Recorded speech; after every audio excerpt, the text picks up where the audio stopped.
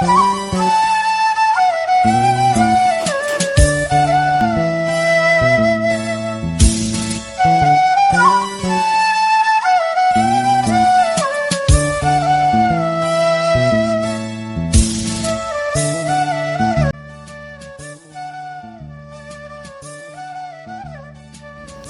Guys, welcome to sweetly சமையல். எல்லோரும் எப்படி இருக்கீங்க? கண்டிப்பாக சூப்பராக இருப்பீங்க அப்படின்னு நம்புகிறேன். வீட்டில் ஒரு குட்டி ஃபங்க்ஷன், அதனால தான் கொஞ்சம் பிஸி ஆகிட்டேன். 2 வாரமாக வீடியோ போட முடியல. வீடியோஸ்லாம் வந்துட்டு எல்லாமே கொஞ்சம் மாற்றலான் இருக்கேன். ஏன்னா ஃபுல்லாக டயட் பிளான் போகலாம். ஏன்னா ரொம்ப நாள் ஆகிடுச்சு. அகெயின் நான் வெயிட் லாஸ் பண்ணுறதுக்காக ரெடி ஆகிட்டேன். ஸோ உங்களுக்கு வெயிட் லாஸ் மட்டும் இல்லை, உங்களுக்கு ஏதாச்சும் டெய்லியும் ஒரே மாதிரி செய்கிறோம், கொஞ்சம் வித்தியாசமாக செய்யணும் அப்படின்னா நீங்கள் தாராளமாக இந்த மாதிரி தான் சூஸ் பண்ணிக்கலாம். ஏன்னா நான் செய்கிறது ஹோம் ஃபுட்டு தான். ஹோம் ஃபுட்லேயே கொஞ்சம் டிஃப்ரெண்ட்டாக பண்ண போகிறேன், அவ்வளோதான் வித்தியாசம். பட் ஒரே மாதிரியே சமைச்சிட்ருக்காமல் இந்த மாதிரி கொஞ்சம் டிஃப்ரெண்ட்டாக சமைக்கிறதுக்கு கண்டிப்பாக இது யூஸ்ஃபுல்லாக இருக்கும் அப்படின்னு நம்புகிறேன். சேம் வெஜிடபிள் அதே தான். டயட்டுக்காக நான் எதுவும் தனியாக யூஸ் பண்ண போகிறது கிடையாது. அது என்னென்ன பண்ணுறதுன்னு பார்க்கலாமா? காலையில் பிரேக்ஃபாஸ்ட்டுக்கு நான் ஓட்ஸ் கஞ்சி தான் எடுத்துக்க போகிறேன். ஓட்ஸ் கஞ்சியோட ஒரு சில ஃப்ரூட்ஸ் நான் ஆட் பண்ணிக்க போகிறேன். ஆப்பிள், பனானா, அதுக்கப்புறம் ஸ்ட்ராபெரி. நீங்கள் டயட் பிளானில் இருக்கீங்க அப்படின்னா தாராளமாக பெரிஸ் நிறைய எடுத்துக்கலாம். ப்ளூபெரி, ஸ்ட்ராபெரி, மல்பெரி, இந்த மாதிரி நிறைய பெரிஸ் எடுத்துக்கிட்டிங்க அப்படின்னா ரொம்ப ஹெல்ப்ஃபுல்லாக இருக்கும் வெயிட் லாஸ்க்குன்னு கிடையாது, ரொம்ப ஹெல்த் கான்ஷியஸாக இருக்கிறவங்களுக்கும் பெரிஸ் சூப்பராக இருக்கும். நான் மட்டும் தனியாக இல்லாமல் சரி நானும் டயட் பிளான் தானே. ஏன்னா ஹோம் ஃபுட்டுன்றதுனால நம்ம வீட்லேயே சேம் ப்ராசஸ் தான். கொஞ்சம் டயட்டுக்காக கொஞ்சம் மாடுலேஷன் பண்ண போகிறேன். அதனால் இவருக்கும் சேம் ப்ராசஸ் தான். அதனால் இவருக்கும் ஓட்ஸ் கொஞ்சம் ஃப்ரூட்ஸும் கொடுத்துலாம் அப்படின்றதுக்காக நான் ப்ரிப்பேர் பண்ணிட்டேன். ஒரு 10 நிமிஷம் வெந்துச்சுன்னா போதும், ஓட்ஸ் நல்லா வெந்துடும். இவருக்கு மட்டும் நான் பால் யூஸ் பண்ணியிருக்கேன். எனக்கு நான் பால் யூஸ் பண்ணிக்கல. அதில் ஆப்பிள் பொடி பொடியாக கட் பண்ண ஆப்பிள், பனானா ஏன் சேர்க்குறேன் அப்படின்னா இதில் ஓட்ஸ் கஞ்சில் நம்ம செய்யும்போது பால் சேர்க்கும்போது தேன் இல்லைன்னா சக்கரை போட்டு சாப்பிட்லாம். நான் இந்த 2த்துக்குமே அவாய்ட் பண்ணிவிட்டு அதுக்கு பதிலாக தான் நான் பனானா எடுத்திருக்கேன். அந்த ஸ்வீட்டுக்காக பனானா எடுத்திருக்கேன். உங்களுக்கு வேணும் அப்படின்னா நீங்கள் சக்கரை சேர்த்துக்கலாம். கொஞ்சமாக ப்ரோட்டீனுக்காக நான் வேர்க்கடலையும் சேர்த்துருக்கேன். இது எல்லாமே ஃபில்லிங்காக இருக்கும், ரொம்ப ஃபில்லிங்காக இருக்கும் பிரேக்ஃபாஸ்ட்டுக்கு. கூடவே பெரிஸ் நான் ஏற்கனவே வீடியோவில் நீங்கள் பார்த்துருப்பீங்க. தண்ணியில் நல்லா ஊற வச்சிடணும். அதாவது உப்பு போட்ட தண்ணியில் போட்டிங்கன்னா தான் அதில் இருக்கிற பூச்சிலாம் வெளியில் வந்துடும். உங்களுக்கு வீடியோவில் கிளியராக நான் காமிச்சிருப்பேன். ஏன்னா பெரிஸ் பொறுத்த வரைக்கும், அதாவது ஸ்ட்ராபெரிஸ் பொறுத்த வரைக்கும் தண்ணியில் நல்லா உப்பு தண்ணியில் ஊறணும். அப்போ தான் நல்லாயிருக்கும். காலையில் பிரேக்ஃபாஸ்ட்டு முடிச்சதுக்கப்புறம் ஸ்ட்ரைட்டாக நான் காலையிலே லஞ்ச் பண்ண ஸ்டார்ட் பண்ணிவிட்டேன். லஞ்சுக்கு இன்றைக்கி என்னென்னா நான் எடுத்துகிட்டு இருக்கிறது பார்த்திங்கன்னா சண்டே, அதாவது லாஸ்ட்டு சண்டே தான் நான் எடுத்திருந்தேன். இன்றைக்கி நான் சண்டேன்றதுனால இன்றைக்கி நான் ஃபஸ்ட்டு நான் சிக்கன் தான் ஸ்டார்ட் பண்ண போகிறேன். நீங்கள் வெயிட் லாஸ் பண்ணுறீங்க அப்படின்னா சிக்கன் ரொம்ப ஹெல்ப் பண்ணும்.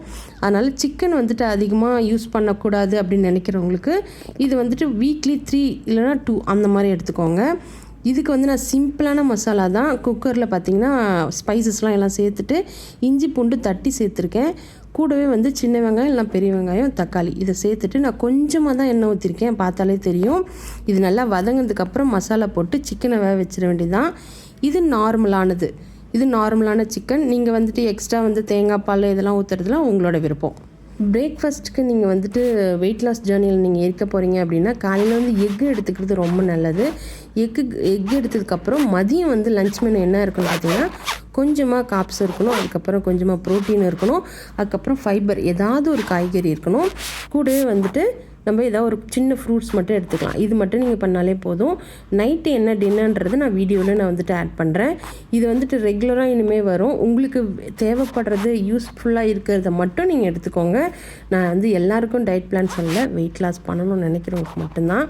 இப்போ இது குக்கர் போட்டு மூடி இது நல்லா வேக வச்சிடலாம். நான் ஏற்கனவே ரைஸ் பண்ணிட்டேன். ரைஸ் தனியாக எடுத்து வச்சாச்சு. ரைஸ் ரெடி ஆகிடுச்சு. இப்போ சிக்கன் மட்டும்தான் ரெடி ஆகணும். இந்த சிக்கன் ரெடி ஆகிறதுக்குள்ளே நம்ம ஃபைபருக்காக ஒரு வெஜிடபிள் கண்டிப்பாக சேர்க்கணும். அந்த வெஜிடபிள் இன்றைக்கி நான் எடுத்துருக்கிறது பார்த்திங்கன்னா சிக்கன்றதுனால கூடவே கோம்போவாக இந்த பீட்ரூட் சூப்பராக இருக்கும். பீட்ரூட்டை வித்தியாசமாக எப்படி பண்ணுறது அப்படின்றது நான் சொல்லியிருக்கேன். கண்டிப்பாக யூஸ்ஃபுல்லாக இருக்கும். நீங்கள் இதுக்கு மட்டும் கிடையாது, பிரியாணி என்னைக்காவது பிரியாணி செய்யும்போது இந்த சாலடே நீங்கள் யூஸ் பண்ணிக்கலாம். இப்போ இது வேக வச்சுட்டு நம்ம கூடவே நல்லா சீவிட்டு, அதாவது பீட்ரூட்டை நல்லா சீவிட்டு அதை ஃபஸ்ட்டு நல்லா வேக வைக்கணும். இதை மூடி போட்டுடலாம் ஃபஸ்ட்டு.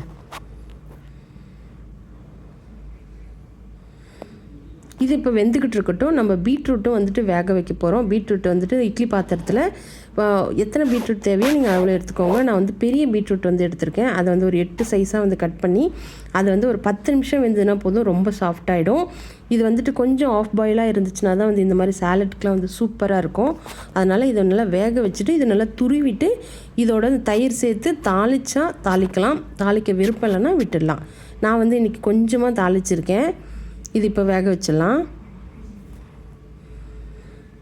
நல்லா பார்த்தீங்கனாலும் தெரியும். ஸோ கொஞ்சம் சாஃப்டானால் போதும், ரொம்ப வேக வைக்கணும்னு கிடையாது. 5லேருந்து 10 நிமிஷம் போதும்.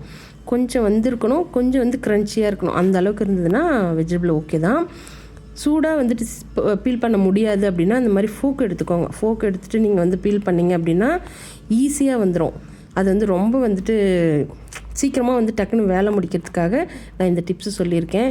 நீங்கள் இந்த மாதிரி துருவினீங்கன்னா வந்துட்டு நல்லா சாஃப்டாக இருக்கிறதுனால சீக்கிரமாக வெந்து வந்துடும்.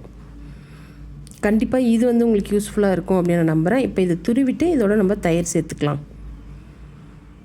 இது நம்ம சிக்கனோடு சாப்பிடும்போது வந்து டேஸ்ட் வந்து அந்த அளவுக்கு சூப்பராக இருக்கும். இது நீங்கள் அப்படியே சாலட் மாதிரி வெறுமனையாக கூட சாப்பிட்லாம். இதில் நீங்கள் யோகர்ட் கூட யூஸ் பண்ணிக்கலாம், அப்படி இல்லைனா கேர்டு யூஸ் பண்ணிக்கலாம், உங்களோட விருப்பம் தான். நான் இன்றைக்கி யூஸ் பண்ணிக்கிறது வந்து கேர்டு தான் யூஸ் பண்ணுறேன் யோகர்ட்டில்.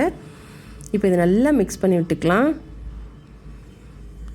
தேவையான அளவுக்கு உப்பு சேர்த்துட்டு நான் கொஞ்சமாக தாளிக்கிறேன். ஏன்னா அந்த தாளிக்கிறதோட ஸ்மெல் வந்து அந்த தயிருக்கு சூப்பராக இருக்கும், இந்த பீட்ரூட்டுக்கும் சூப்பராக இருக்கும். அதனால் கொஞ்சமாக தாளிச்சிக்கலாம்.